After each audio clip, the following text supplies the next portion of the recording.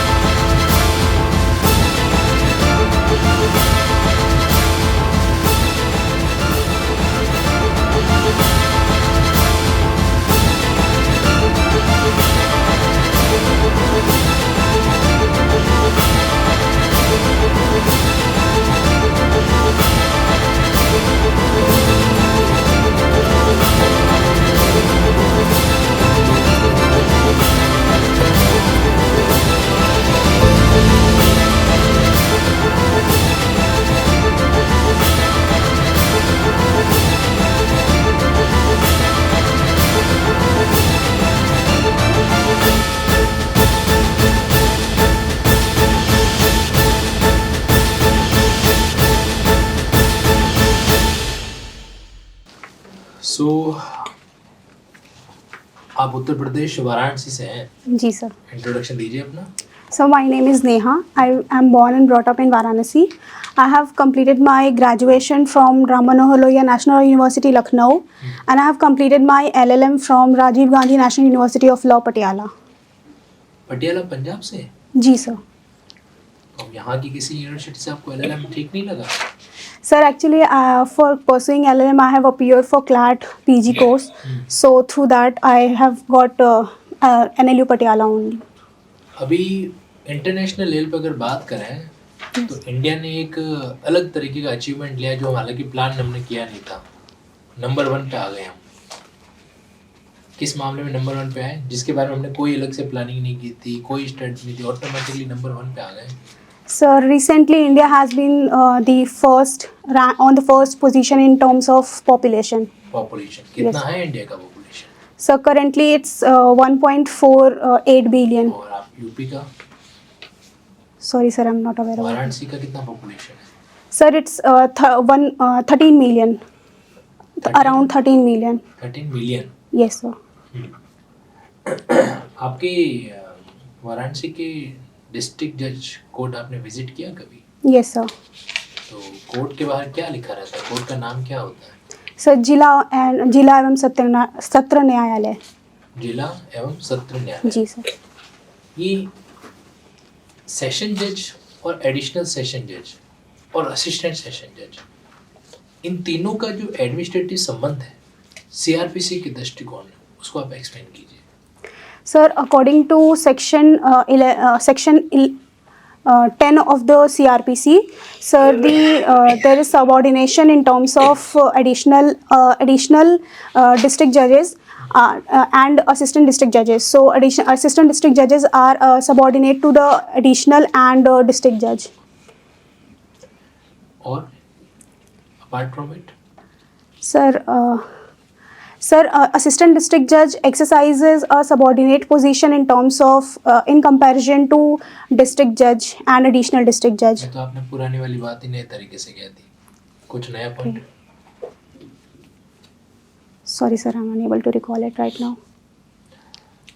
Revision की power assistant session जज को है? रिवीजन की पावर सीआरपीसी में किन किन को है? कौन Sir- कौन से न्यायालय को है? Sir, what I can recall right now is the High Court and the district court. CrPC में डिस्ट्रिक्ट कोर्ट होता है, एक सेशन कोर्ट होता है। So session court, sorry. Session court होता है। तो रिवीजन की पावर हाई कोर्ट और सेशन को ही है। तो असिस्टेंट सेशन भी तो सेशन का पार्ट होता है। Yes sir, but it's a subordinate position in comparison to session judge. कर सकता है कि नहीं कर सकता है revision? Sorry sir, I cannot revision का answer. तो ग्राउंड क्या है? Sir, revision can be preferred when there is a illegitimate exercise of the power by the authority or the use of power in any unauthoritative manner, like illegitimate, क्या ये शब्द लिखा हुआ है 397 में? sorry sir, not illegitimate exactly, it's excessive use of power. अच्छा, क्या अंतर होता है इलेजिटिमेट और इरेगुलर के अंदर? Sir, illegitimate per se can be without considering the legal points, and irregular is like sir, exercise of power in a legal way but disconsidering some of the points. और irregularity जो विशेष करे कहाँ दे रखी है? Sir, regarding irregularity, there are two provisions. Section 460, which talks about the word. विशेटिंग कहाँ दे रखा है? Sir, it's 461. Section 461. Dharmraj sir, आप हाई कोर्ट प्रैक्टिस करती हैं? No, sir, I'm not practicing. लिखा तो high court of judicature Allahabad. Sir, I have internship लिया था। जी सर। अच्छा। तो आप वर्तमान में जुडिशरी की तैयारी कर रहे हैं सिर्फ, और कुछ कर रहे हैं? No, sir, I have completed my LLM and right now I'm only preparing for the judicial services. LLM? जी sir. Pursuing LLM? Sir, I have completed my LLM this year only. किस यूनिवर्सिटी से आपने किया? Sir, NLU Patiala. अच्छा, पटियाला। जी sir. LLB भी पटियाला से किया था? सर, NLU लखनऊ से किया था, Ram Manohar Lohia national law university Lucknow. University. जी सर। इंटरेस्ट आपका इंडियन एविडेंस और कॉन्स्टिट्यूशन में ज़्यादा है? जी सर। और कहते हैं ज़्यादा इनकेस मतलब है कि इसमें क्वेश्चन पूछे जाएं तो आप कंफर्टेबल महसूस करेंगी? यस सर, कॉन्स्टिट्यूशन में? Sir, comparatively yes. कॉन्स्टिट्यूशन में प्रियम्बल दिया हुआ है। Yes sir. प्रियम्बल क्या बता सकती हैं? प्रियम्बल में क्या क्या कहा गया? प्रियम्बल में क्या चीज़ें हैं? Yes, sir. Sir, the preamble of the Indian Constitution talks about four major points. Firstly, it talks about the sovereignty which lies with the people, which starts itself like we the people of India. So, sir, it's talk about the sovereignty of India, and secondly, it talks about the objective of the Indian Constitution to like it says that to ensure the equality, liberty, fraternity, and unity and integrity of the nation. Thirdly, it gives the enforcement date of the Indian Constitution, and finally, it is called a key to open the mind of the Constitution framers. It is defined in five clauses. 5 clauses. Sir, it's not clause wise. Sir, it basically entails all the 4 points. First amendment constitution में कब हुआ था? Sir, 1951. इसमें किस चीज़ का amendment हुआ था? Sir, it regards to the 9th schedule only. जी? 9th schedule. Sir, land reforms के रिगार्डिंग में 9th स्केड्यूल में अमेंडमेंट किया गया था, एंड लैंड रिफॉर्म्स के जो भी लॉज थे वो सर 9th स्केड्यूल में ऐड किए गए थे, सेइंग दैट कि anything which is added in the 9th schedule will be debarred of judicial review. Constitution में कितनी लिस्ट हैं? लिस्ट बता पाएँ क्या? कई लिस्ट है? डिवीजन आप कहते हैं वो लॉ फ्रेमिंग बताओ, judicial.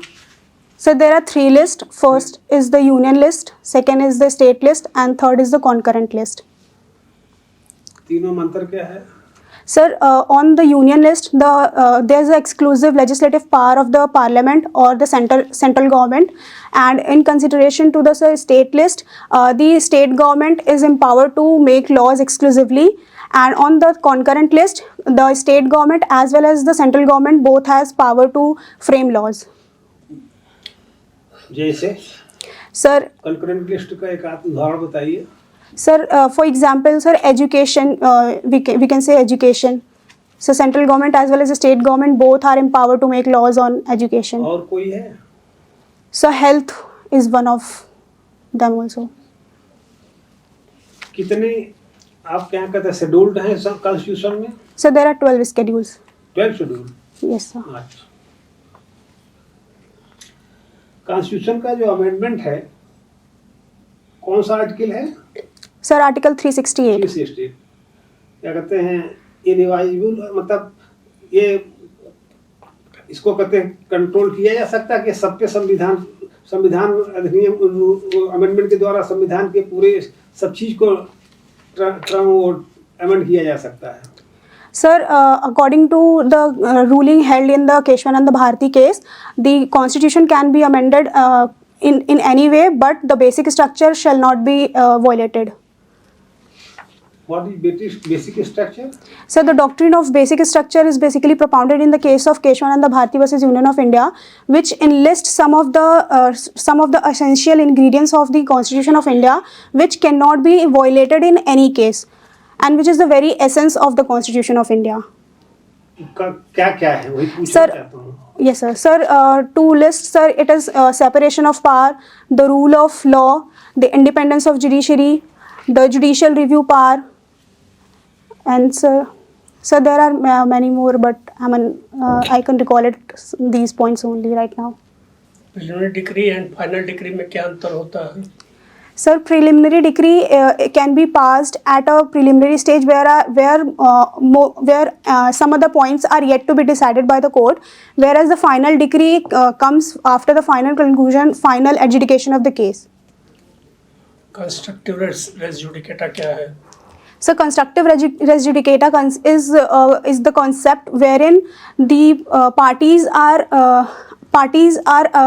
barred to claim any other ground which they can previously claim as a matter of fact in the same case. And what is res sub judice?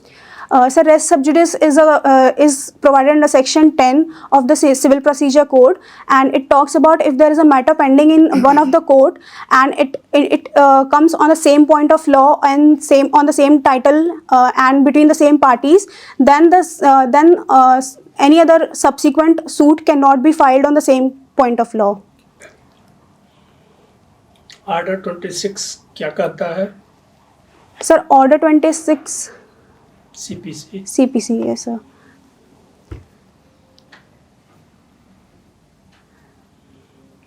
Sir, I cannot recall it right now. Sorry, Order sir. 40 क्या कहता है? Article 40. Sorry, sir. Order 39. Sir, Order 39 relates to temporary injunctions. It talks about temporary injunctions and interlocutory orders. Order 11. Sir, Order 11 talks about the sorry, sir, I cannot recall amendment it. Of pleading किस order में है? Amendment of pleading is provided under Order 7, sir. Order 7, Rule 17, sir. Set of किसे कहते हैं? Sir, set off is basically claimed in a case of written statement wherein the defendants are also allowed to claim the liquidated compensation or liquidated damages in the same same case. एक प्रश्न तो करते हैं. जी sir. IPC को पढ़ा? जी sir.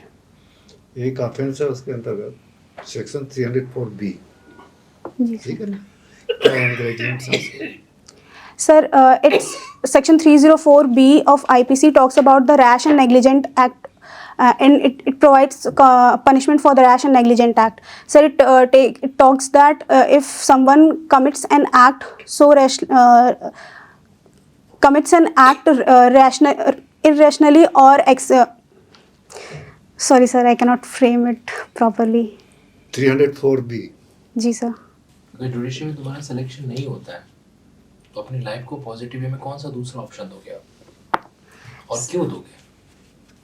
Sir, firstly, I'll give another try to the judicial services and I'll keep trying.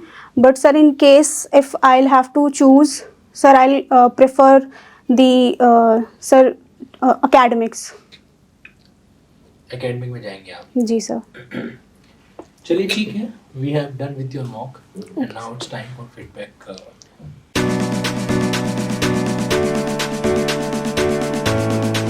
Another point, देखो जहाँ तक आपकी बात लीगल नॉलेज का है, it is satisfactory on certain parts, है ना. जहाँ आपने जैसे preamble, basic structure, constructive rest indicator, preliminary final degrees वगैरह, रेस्ट सब ड्यूटीज वगैरह, कई सर के प्रोविजन के भी अब आंसर दिए और कई पर आप जो रिकॉल नहीं भी कर पाए, है ना।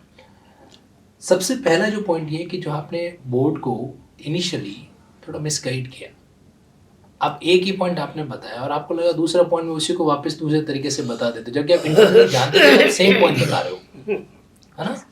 ऐसे नहीं करना। Okay, sir. एक ही पॉइंट रिकॉल है, सेकंड पॉइंट मना कर दो कि sir right now I am able to recall only one point. हालांकि अगर ये चीज़ आपने कॉन्सेप्चुअल लिंकिंग से पढ़ा होता ना नेहा कुमारी जी, तो कहीं के आप रिकॉल कर पाते कि सीआरपीसी सेक्शन 10 एडिशनल सेशन या ऐसे सेशन के रिलेशन को एस्टैब्लिश करता है। सेक्शन 194 193 के बाद 194 में सेशन जज उनको चीज़ों को देता है, वापस विड्रॉ करता है 409 के अंदर। फिर इनके रिवीजन की पावर के लिए सेक्शन 400, ये सारा क्या है, ये एडिशनल सेशन जज, असिस्टेंट सेशन जज और सेशन जज का रिलेशन ही तो है। Yes. तो वहाँ पे अपनी कॉन्सेप्चुअल लिंकिंग थोड़ी कमज़ोर रही, जिस कारण अपन चीज़ को ऑब्जर्व नहीं करवा पाए, और जबकि ये ज़रूरी पार्ट है। रिवीजन सेशन असिस्टेंट सेशन कर पाता है कि नहीं कर पाता है, इसके जवाब में आपसे कन्फ्यूजन की अपेक्षा नहीं रखी जाती है, नहीं करता है। ओके, हाई कोर्ट करता है सेशन या सेशन के इक्विवेलेंट एडिशनल सेशन कर सकते हैं। एडिशनल सेशन भी तब करेगा जब सेक्शन 400 में सेशन अलाउ करे, है ना। तो ये सारे हमारे जो बेसिक कॉन्सेप्ट होते हैं उनके आपस में कनेक्शन नहीं जुड़ता है, ठीक है। तो ये इस तरह की चीज़ हमें नहीं करना है। एक आपने देखो रिकॉल, जैसे सर आपसे ऑर्डर 26 पूछ रहे हैं, अब सीपीसी के ऑर्डर का नाम एक जुडिशरी का कैंडिडेट नहीं बोल सकता, है ना। ऑर्डर 26 किससे, कमीशन से। आपने कभी भी जैसे मान लो कमीशन के पर्सपेक्टिव को सीआरपीसी से कनेक्ट किया हो, साइमल्टेनियसली सीपीसी में देखा हो भाई सीआरपीसी में कमीशन जा रही है, वहाँ एक ही पर्पज़ है, सीपीसी में कमीशन के इतने सारे पर्पज़ है। तो जब ये अपन ये क्रॉस वेरीफाई या कंपेयर करते हैं ना, तो चीज़ें हमारे दिमाग में छप जाती है। आपने अगर कोई प्रैक्टिकल केस लड़ा हो तो आप कभी नहीं भूलते कि उस प्रैक्टिकल केस में मेन क्या चीज़ थी क्या नहीं थी।